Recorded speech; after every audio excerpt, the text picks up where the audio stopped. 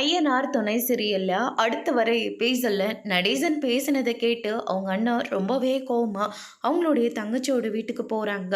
அங்கே போனோடனே என்னாச்சு மச்சான், ஏன் இவ்வளோ கோவமா இருக்கீங்க அப்படின்னு சொல்லிட்டு கார்த்திகாவோட அப்பா கேட்ட உடனே ஆமாண்ணே என்னாச்சு, முகலாம் ஒரு மாதிரியாக இருக்குது அப்படின்னு சொல்லிட்டு கார்த்திகாவோட அம்மாவும் கேட்குறாங்க. உடனே அவங்க அந்த வீட்டில் என்ன நடந்துட்டுருக்குன்னு தெரியுமா, பாத்ரூம் கட்ட போகிறாங்களாம்.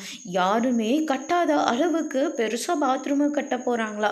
கோர்ட்டில் கேஸ் போயிட்டுருக்கு.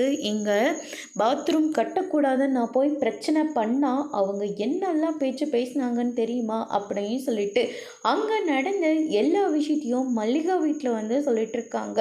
கார்த்திகா இந்த கல்யாணம் நடக்கிறதுக்கு முன்னாடி நாள் அந்த சேரம் பையனை கல்யாணம் பண்ணிக்கிறேன்னு சொல்லி அந்த வீட்டுக்கு போய் நின்னா இல்லை, அந்த விஷயம் முதல் கொண்டு மாப்பிள்ளை வீட்டில் போய் சொல்லிடுவேன். அதுக்கப்புறம் என்ன நடக்கும், வழக்கம் போல் உங்கள் பொண்ணு வாழா வெட்டியாக இங்கே வந்து நிற்க போகிறா.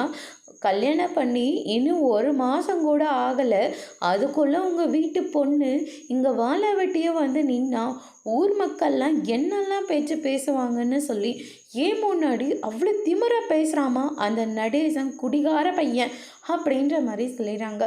இதை கேட்டோன்னே என்ன மச்சான் அந்த ஆளை அப்படியே விட்டுட்டு வந்தீங்க, நம்ம போகிறோம் போலீஸ் ஸ்டேஷனில் போய் கம்ப்ளைண்ட் கொடுக்கலாம் வாங்க அப்படின்னு சொல்லிட்டு சொல்லியும் கேட்காம கார்த்திகோட வாழ்க்கையும் பார்க்காம நேராக போலீஸ் ஸ்டேஷன் போய் நடேஷ் மேலே கம்ப்ளைண்ட் கொடுக்குறாங்க. இனி ஐயனார் துணையில் என்ன மாதிரி ட்விஸ்ட் வரப்போகுதுன்றதை வெயிட் பண்ணி பார்க்கலாம்.